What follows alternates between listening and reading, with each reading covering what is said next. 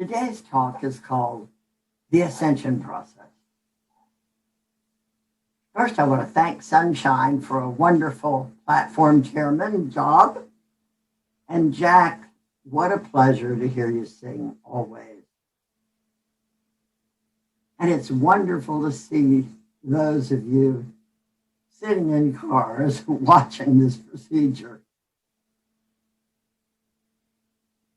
But this talk, The Ascension Process, is about what we must know to ascend to the next dimension.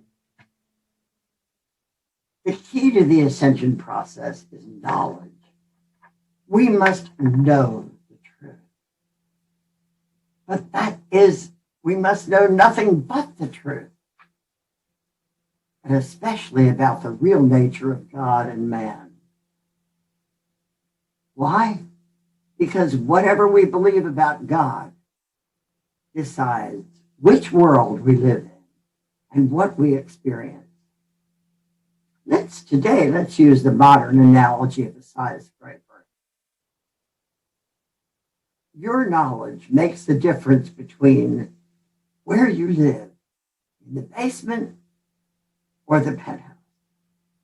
It's the difference between living a terrible nightmare where you're old and dying, or waking up to discover you're young and eternal. That's why mystics throughout the ages have always preached, wake up. What are we supposed to wake up from?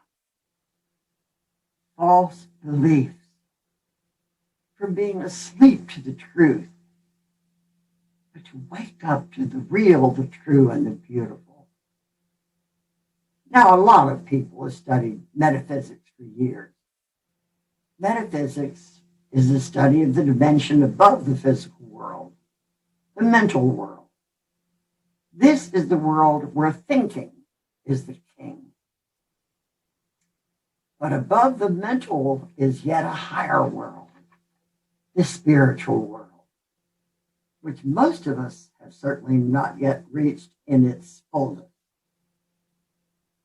Few people on Earth today realize that evolution is actually an ascension process.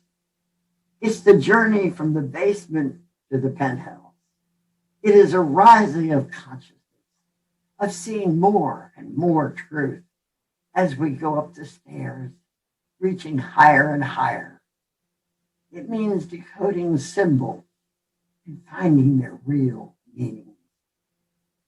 And one of the first things you have to know is that the Bible, written over 2,000 years ago, was addressed to a humanity that was in its mental infancy.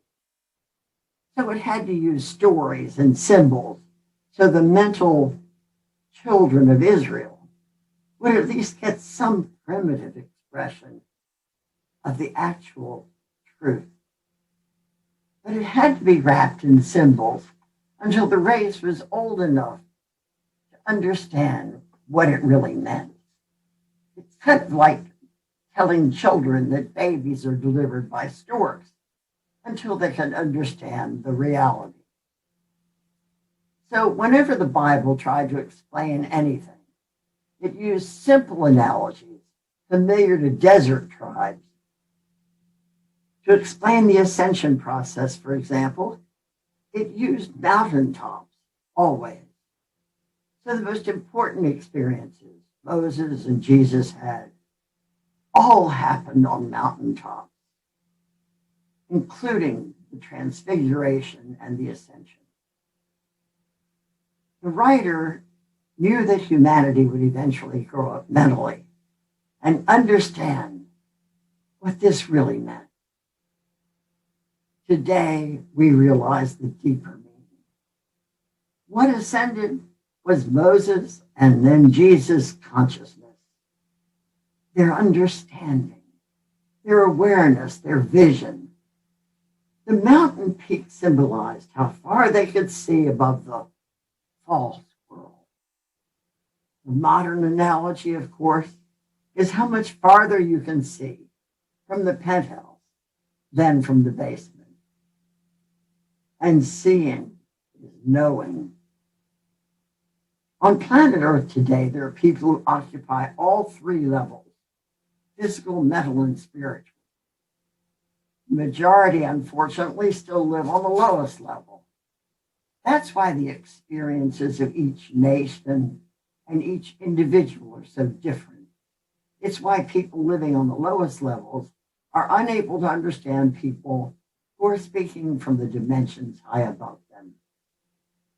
You can only get the level you live on. The majority of people have only recently evolved to the physical, emotional level.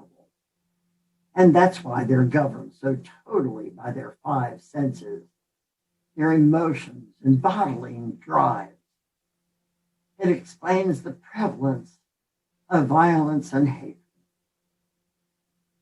But what is of importance to us here today is the fact that each step up the ladder of consciousness reveals a bigger and better world.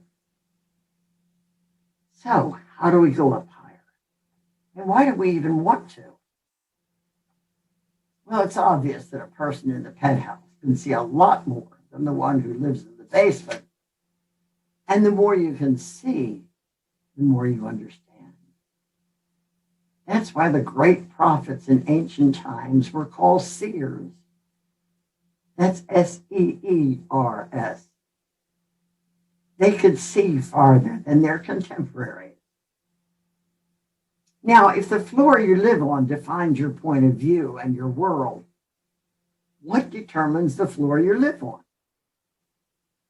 Now, here is the key, and this is so important.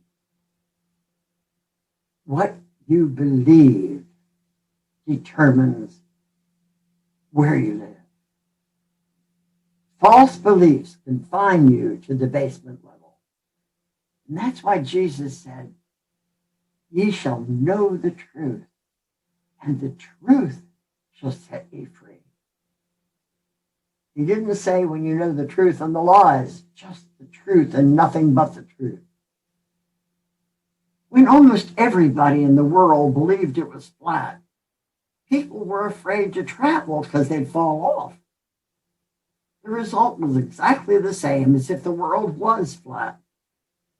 They never discovered its untold riches. They lived on the shore and never knew the truth that the world was really round. The world was flat to them because they believed something that wasn't true. How many of your beliefs are really true? That decides whether your key opens the door to the basement or the door to the penthouse. What floor do you live on now? What floor would you like to live on? How high is your state of consciousness? The real question, do you want to go up higher? Do you want a better life? And listen carefully. In the basement, the physical level, people rely totally on their five physical senses for all their information. So they believe only things that they can see, hear, taste, touch, smell, measure, and weigh are real. They believe in a world of opposites, God and man, good and bad, right and wrong, life and death. They believe that people and things are the cause of everything that happens to them. The God they believe in acts in opposite ways too. He punishes and he rewards. So you never know what he's going to do. He can't be trusted. Heaven is for the good and hell is for the bad. The people on this level have no idea that they are the powerful creators of this world. So they use their power ignorantly and create private, national hells. And then they blame the false God for the state of the world, never realizing the world was manufactured. Since they don't trust the nature of God, they certainly don't trust each other. This leads to fear, hate, war, and murder. These people believe they're victims, so they are. Their tools are their bodies and their emotions. They earn their living by the sweat of their brow. People on this level pray to God to keep them from punishing them. And since we know that it's done unto you according to your belief, they experience opposite effects, good and bad. The mental world is the dimension above the physical. Now notice the word mental still contains the word men. People who have ascended to this level believe they're only human, and they still rely heavily on the five senses for their beliefs. But this group has begun to think about what their senses are telling them.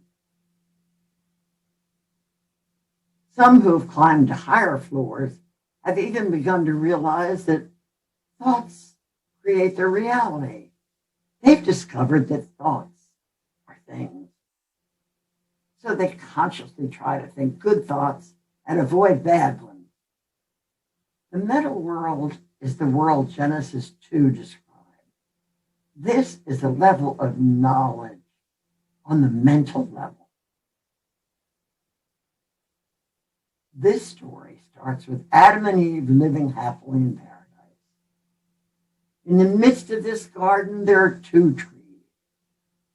God said that they could eat everything in the garden but the fruit of the tree of the knowledge of good and evil. He said if they ate that, they would surely die. Now think a minute. What would the fruit from a tree of knowledge of good and evil be? It certainly wouldn't be the famous apple. No, it would be a hybrid fruit. Its effects, its fruits, would be both good and evil. And that's why they were forbidden to eat it, to protect them. This fruit is still as poisonous now as it was way back then.